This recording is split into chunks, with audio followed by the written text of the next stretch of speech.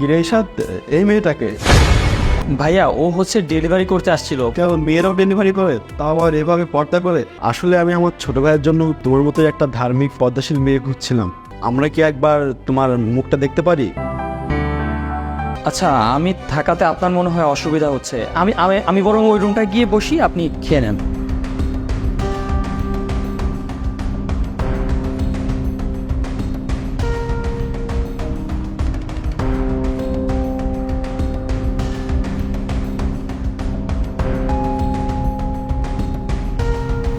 ভাইয়া, ভাইয়া,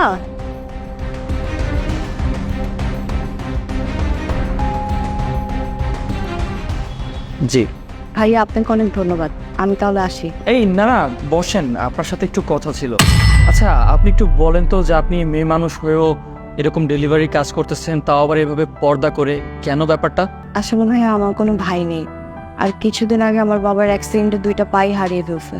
এখন আমার সংসার চালাতে হলে তো আমাকেই দেখতে হবে, আর আমার পড়াশোনাটাও এখনো শেষ হয় নাই। আমি ভালো কোনো চাকরিও পাবো না, এই জন্য আর কি বাধ্য হয়ে ডেলিভারি ম্যানের কাজটা করতেছি। আর এই কাজটা আমি বোরকা পরে সুন্দরভাবে করতে পারি, তাই আমি এই কাজটাই করতেছি ভাইয়া। আচ্ছা আচ্ছা, তো পড়াশোনার কোন পর্যন্ত পড়েছেন? হ্যাঁ, আমি অনার্স রানিং অনার্সে পড়াশোনা করতেছি। যাক, ভালো।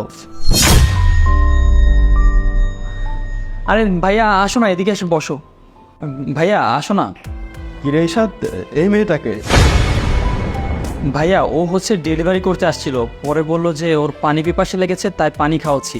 দেখো না, মেয়েটা কিন্তু অনেক ভালো, এই যে কাজ করতেছে তারপরে কত সুন্দর পর্দা করে কাজ করে। আজকে আবার মেয়েরাও ডেলিভারি করে, তাও আবার এভাবে পর্দা করে? হ্যাঁ, আমি তোমাকে বললাম না। ভাইয়া বসো, তুমি দাঁড়িয়ে কেন?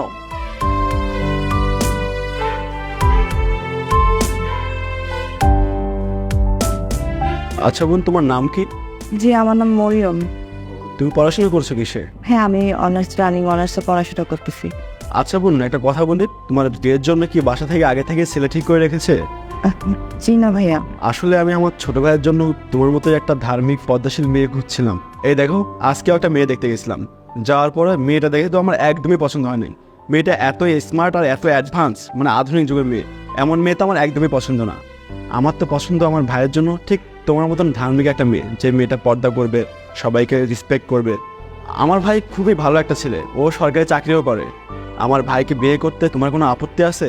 তোমার যদি কোনো আপত্তি না থাকে, তাহলে কি আমরা তোমার বাসায় গিয়ে কথা বলতে পারি, যদি তুমি অনুমতি দাও? জি অবশ্যই, আপনারা আমার বাবা মার সাথে কথা বলেন, তারা যদি অনুমতি দেয় তাহলে আমার কোনো আপত্তি নেই। যাক, আলহামদুলিল্লাহ, তাহলে তো ভালোই। আচ্ছা, তোমার যদি কোনো আপত্তি না থাকে, আমরা কি একবার তোমার মুখটা দেখতে পারি? যেহেতু আমরা বিয়ের কথা বলা বলি করেই ফেলেছি। ঠিক আছে, আমি একটা বারের জন্য আপনাকে চেহারা দেখাতে পারি, কিন্তু আমার একটা শর্ত আছে। বিয়ের পরে আমি আমার হাজবেন্ডকে ছাড়া আর কাউকে আমার চেহারা দেখাতে পারবো না।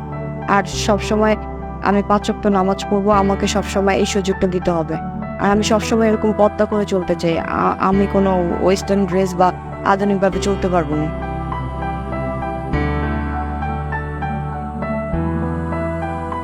মাশাআল্লাহ, তুমি দেখতে খুবই সুন্দর।